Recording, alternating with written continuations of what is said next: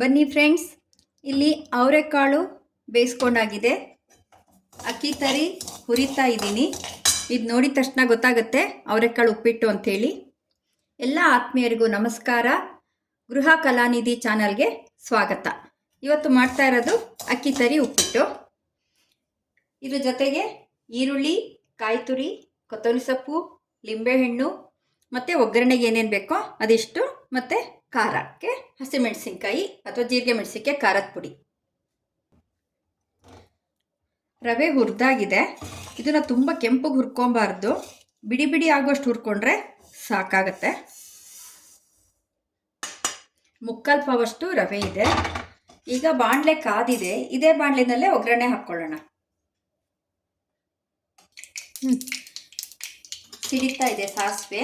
ಇವಾಗ ಉದ್ದಿನಬೇಳೆ, ಉಪ್ಪಿಟ್ಟಿಗೆ ಉದ್ದಿನಬೇಳೆ ಕಡಲೆಬೇಳೆ ಚೆನ್ನಾಗಿ ಹಾಕಬೇಕು. ಕಟ್ಟುಮ್ ಅಂತೇಳಿ ಬಿಸಿ ಇರ್ಬೇಕಾದ್ರೆ ತಿನ್ಬೇಕಾದ್ರೆ ಚೆನ್ನಾಗಿರುತ್ತೆ.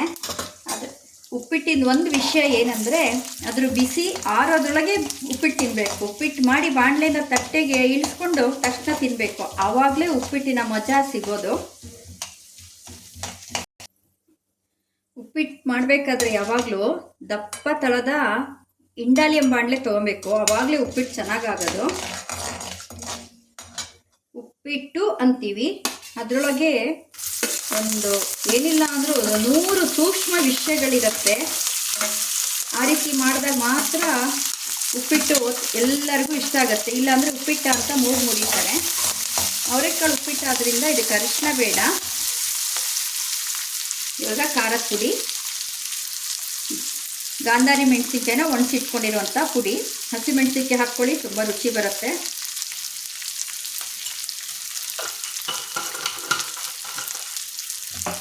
ಸ್ವಲ್ಪ ಉದ್ದುದಕ್ಕೆ ಎತ್ತಿದ್ದೀನಿ, ತಿನ್ಬೇಕಾದ್ರೆ ರುಚಿ ಕೊಡುತ್ತೆ. ಈರುಳ್ಳಿ ಹುರಿದಾಗಿದೆ, ಸ್ವಲ್ಪ ಕ್ರಂಚಿನೇ ಇರಲಿ. ಇವಾಗ ಬೇಯಿಸ್ಕೊಂಡಿರೋ ಅವರೆಕಾಳು ಹಾಕ್ಕೊಳ್ಳೋಣ.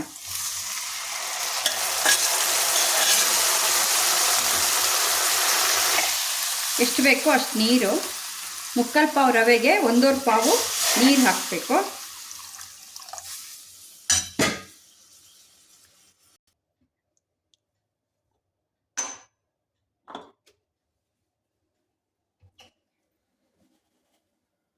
ಬೇಯಿಸಿ ಕುದಿಸಿರೋ ಅಡುಗೆಗಳಿಗೆ ಯಾವಾಗಲೂ ಕಲ್ಲುಪ್ಪೇ ಬಳಸಬೇಕು. ಪುಡಿ ಉಪ್ಪಿಗಿಂತ ಕಲ್ಲುಪ್ಪೇ ಒಳ್ಳೆಯದು.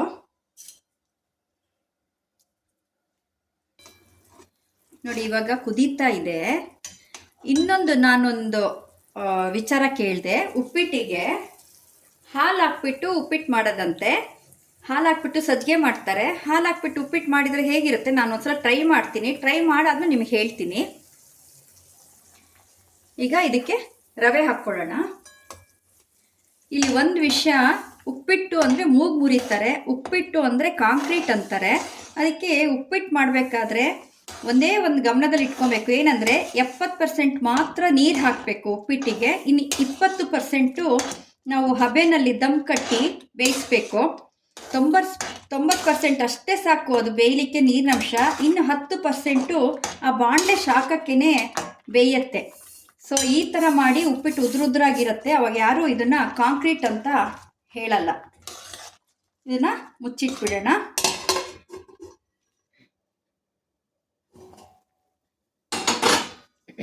ನೋಡಿ, ಬೆಂದಿದೆ.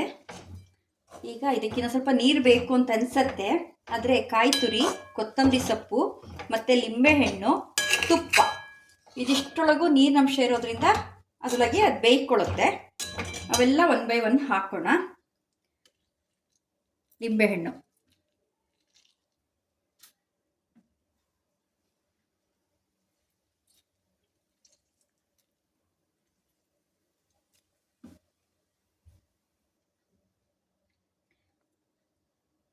ಕೊತ್ತಂಬರಿ ಸೊಪ್ಪು, ಜೊತೆಗೆ ಕಾಯಿ ತುರಿ. ಅವರೆಕಾಳು ಉಪ್ಪಿಟ್ಟಂದರೆ ಕಾಯಿ ತುರಿ ಮುಂದಿರುತ್ತೆ.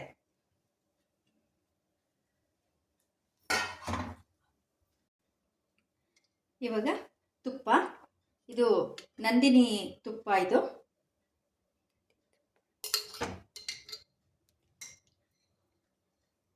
ನಂದಿನಿ ತುಪ್ಪ ನೀವು ತಂದರೆ ಅದು ಮ್ಯಾಣದ ಥರನೇ ಇರುತ್ತೆ. ಅದನ್ನು ಒಂದ್ಸಲ ಮನೆಗೆ ತಂದು ಕಾಯಿಸಿದಾಗ ಮರಳು ಮರಳಾಗಿ ಬರುತ್ತೆ. ಅದು ಸೀಕ್ರೆಟು ನಂದಿನಿ ತುಪ್ಪಕ್ಕೆ. ಎಷ್ಟು ಬೇಕಾದ್ರೂ ತುಪ್ಪ ಹಾಕ್ಕೊಬೋದು.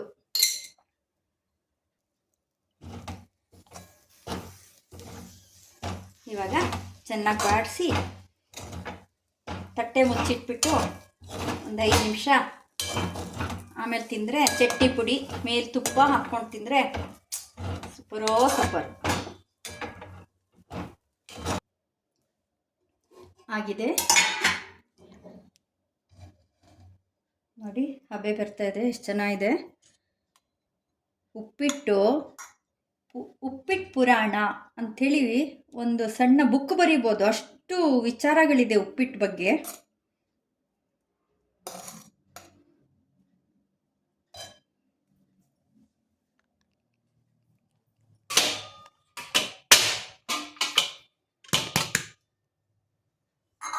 ನಾನು ಉಪ್ಪಿಟ್ಟು ತಿನ್ನೋ ರೀತಿ, ನಮ್ಮನೆ ಚಟ್ನಿ ಪುಡಿ ಇದನ್ನು ಹಿಂಗೆ ಚೆನ್ನಾಗಿ ಹಾಕ್ಕೊಳ್ತೀನಿ ನಾನು.